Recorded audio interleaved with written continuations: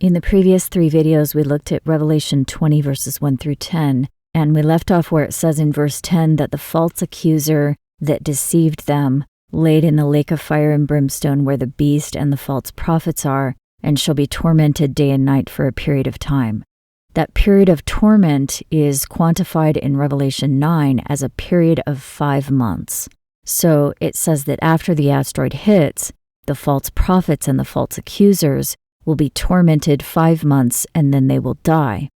Then verse 11 says in the King James translation, "And I saw a great white throne, and him that sat on it, and from whose face the earth and heaven fled away, and there was found no place for them." So that sounds confusing, the way King James had it translated, but when we look at the phrase, "from whose face the earth and heaven fled away," we can see it can be translated differently. The word translated as "from," number 575, also means of separation or a state of separation. Then this word translated as "whose," number 3739, also means that or that which. So it's saying, the great white throne and him who sat on it separated from that. In other words, the throne is separated from the event in the verse before. It's separated from the lake of fire. Then the word face, number 4383, which also means the countenance, the appearance, or the outward appearance. The word earth, number 1093, also means land. The word heaven, number 3772, means sky. The word translated as fled away, number 5343, also means vanished. And the word translated as place, number 5117, also means an inhabited place. So it's saying the appearance of the land and sky vanished, and there was found no inhabited place. This word translated as them, number 846, also means it. And the word for is not actually in the text. So it can also say, and there was found no inhabited place in it. In other words, the great white throne and those that sit in it are separated from the lake of fire, and the appearance of the land on earth and the appearance of the sky on earth vanished, and there was found no inhabitable place in it. And that makes sense because in another video we looked closely at Revelation 21, which strongly indicates that the great white throne represents the moon. If you haven't seen that video, it's linked below.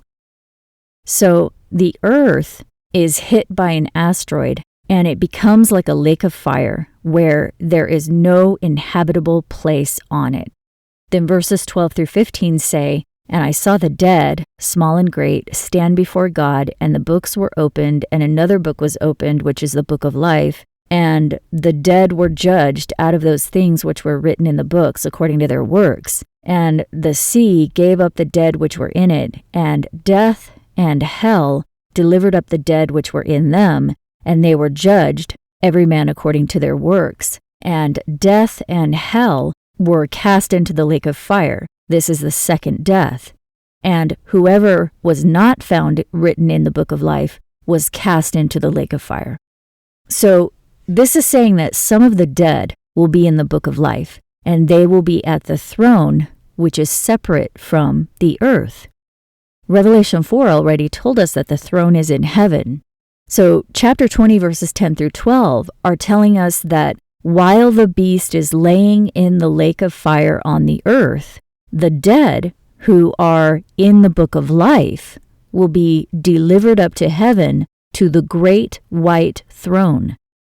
And specifically it says in verse 13 that they will be delivered up by the sea and also delivered up out of hell.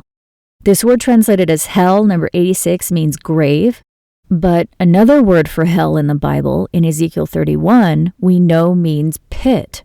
It also refers to the valley of graves, as we discussed in the last video. So the hell grave, or valley of graves, is the pit which in this context refers to the crater where the asteroid hits.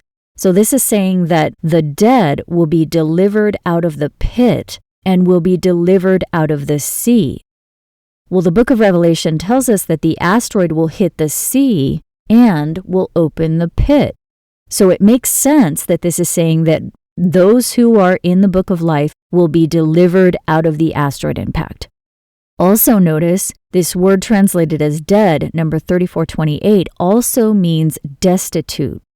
So this not only refers to a resurrection of the literal dead, but it also means a rescue of the destitute, which refers to the woman in Revelation 12 that is being persecuted but will escape at the asteroid. And that woman represents the multitude of all tribes and nations. So this is talking about the delivering up of both the destitute and the dead. And we know this word translated as cast, number 906, also means lie or lay. So verse 14 is saying that death laid in the lake of fire and hell laid in the lake of fire. In other words, the pit laid in the lake of fire, and whoever was not found in the book of life laid in the lake of fire. So this is definitely a rescue of those who are in the book of life, both those who are dead and those who are still alive but destitute. And we were already told the dragon is persecuting the multitude, and for that reason they're destitute. Daniel 12 confirms this as well when it says those who are in the book will be delivered at the time of trouble, which specifically refers to the time times and half a time, which is the final 3.5 years after the asteroid impact. It's when the beast continues for 42 months. So the interesting point is that we're told the beast will continue its rule for 42 months after the asteroid. Revelation 17:8 says the beast will ascend out of that bottomless pit, but then go into perdition, which means it'll be destroyed. And Revelation 13:5 says it will continue for 42 months, which is 3.5 years. So it rises to power when the asteroid hits, and it continues for 3.5 years, but then it will lay in the pit of the asteroid and be tormented for 5 months. So this may explain why in the story of the 10 plagues of Egypt, which we know correlate to the 7 plagues of Babylon, there are only 3 days of darkness and not 3.5 days. The reason seems to be that the beast rules during the darkness, but then it says it's tormented for the final 5 months before it's completely dead. And we're also told in Revelation 11 that Babylon is Egypt in the end time. So the 3 days of darkness in Egypt represent the 3 years after the asteroid impact in Babylon, when it's dark in the seat of the beast. And then after those 3 years, a half a year of torment before they die. In Zechariah 14:12, we're told what the plague literally is. It says, "And this shall be the plague wherewith the Lord will smite all the people that have fought against Jerusalem. Their flesh shall consume away while they stand upon their feet, and their eyes shall consume away in their holes, and their tongue shall consume away in their mouth." So remember in Revelation 21, we're told that Jerusalem represents the bride, which is the multitude of all nations that will be rescued at the asteroid. In Zechariah 12, it's clearly talking about the day of the Lord, when all the nations go to battle in the day of the battle. So it's referring to the Battle of Armageddon, partially explained in Revelation 20. And it says, "In that day there shall be a very great valley." So we discussed in the last video that the valley is the pit. The word translated as hell means both the valley of graves, and it also means pit. So it's the asteroid impact. The day of the Lord refers to the asteroid impact. So Zechariah is telling us that after the asteroid impact, while the Battle of Armageddon is beginning, there will be a great valley, and the plague that will smite those who fought against the bride is a nuclear event. Their flesh will consume away while they stand upon their feet. Zechariah 5 explains this further when it says that, more specifically, it is the flying roll that will enter the house of the thief and consume it. The measurements of the flying roll are very similar to the measurements of a nuclear-armed missile. So he's saying in chapter 5, verse 4, that these missiles will enter their house and remain there and then consume it. So this sounds more like nuclear meltdown. The asteroid hits and causes nuclear meltdown. So in Revelation 20, where it says, the false accusers, the false prophets, and the beast will be in torment for a period of time, which Revelation 9 tells us is 5 months before they die, it seems to be referring to a nuclear meltdown. In the story concerning the plagues of Egypt, we're told the rivers turn to blood, Exodus 7:17 and Revelation 16:4-7. Then the frogs come out, the gnats come out, the flies come out, and all the cattle die in Exodus 8 and 9.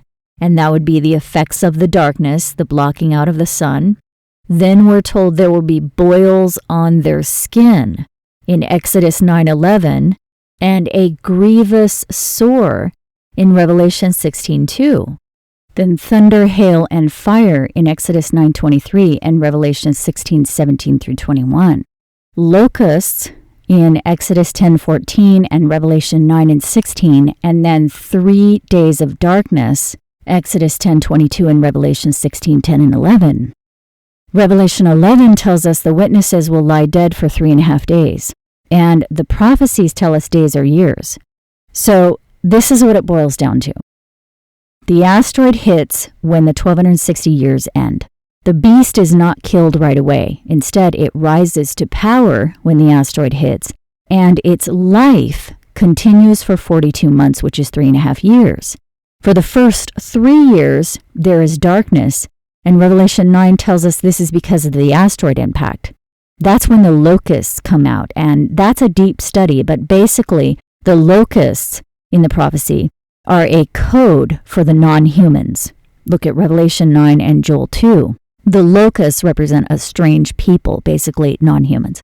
And it is actually the locusts who it says cause the torment in Revelation 9. They cause the torment in everyone who does not have the mark of God. And that torment lasts for 5 months and then they die. They lie dead in the pit after the torment for a period of time. And specifically, it's the false prophets, the false accusers, and the beast who are tormented 5 months and then they die. So the beast rises to power for 3 years, then it lies in torment for the final half a year. That's what it sounds like. And they're tormented by both a nuclear meltdown and also something that is inflicted on them by the non-humans. So obviously, this will come together more clearly once it actually happens. As of now, we can only put together so much, but that's a rough outline of what it seems to be saying. And again, Revelation 20 is confirming that while this is happening on the earth, there are people who will be rescued. Some of them, the dead, who will be resurrected, and some of them who will be rescued alive, who are now destitute. And again, those people will not go through the torment. They do not go through the 3.5 years after the asteroid. They do not go through the darkness, and they are not given the mark of the beast, because the mark of the beast goes into effect after the asteroid impact. It's given to those who remain.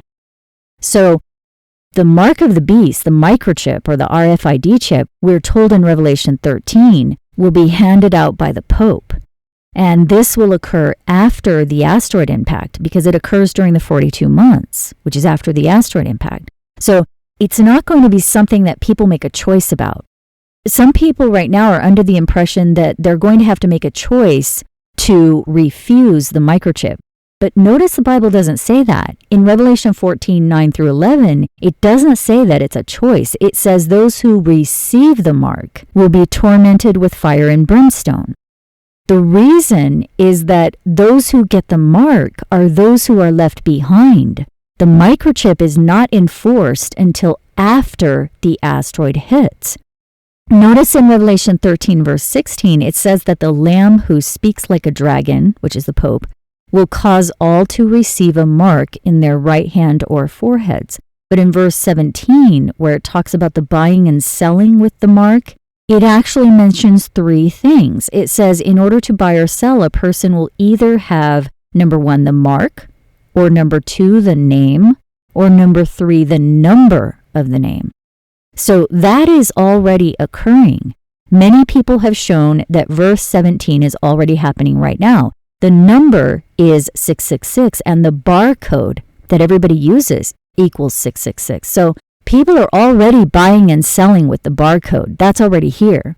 There are even people buying and selling with the microchip itself. So that is here. But after the asteroid, the chip will be enforced. That is when it will go into everyone's right hand or forehead, and they will not have a choice about it.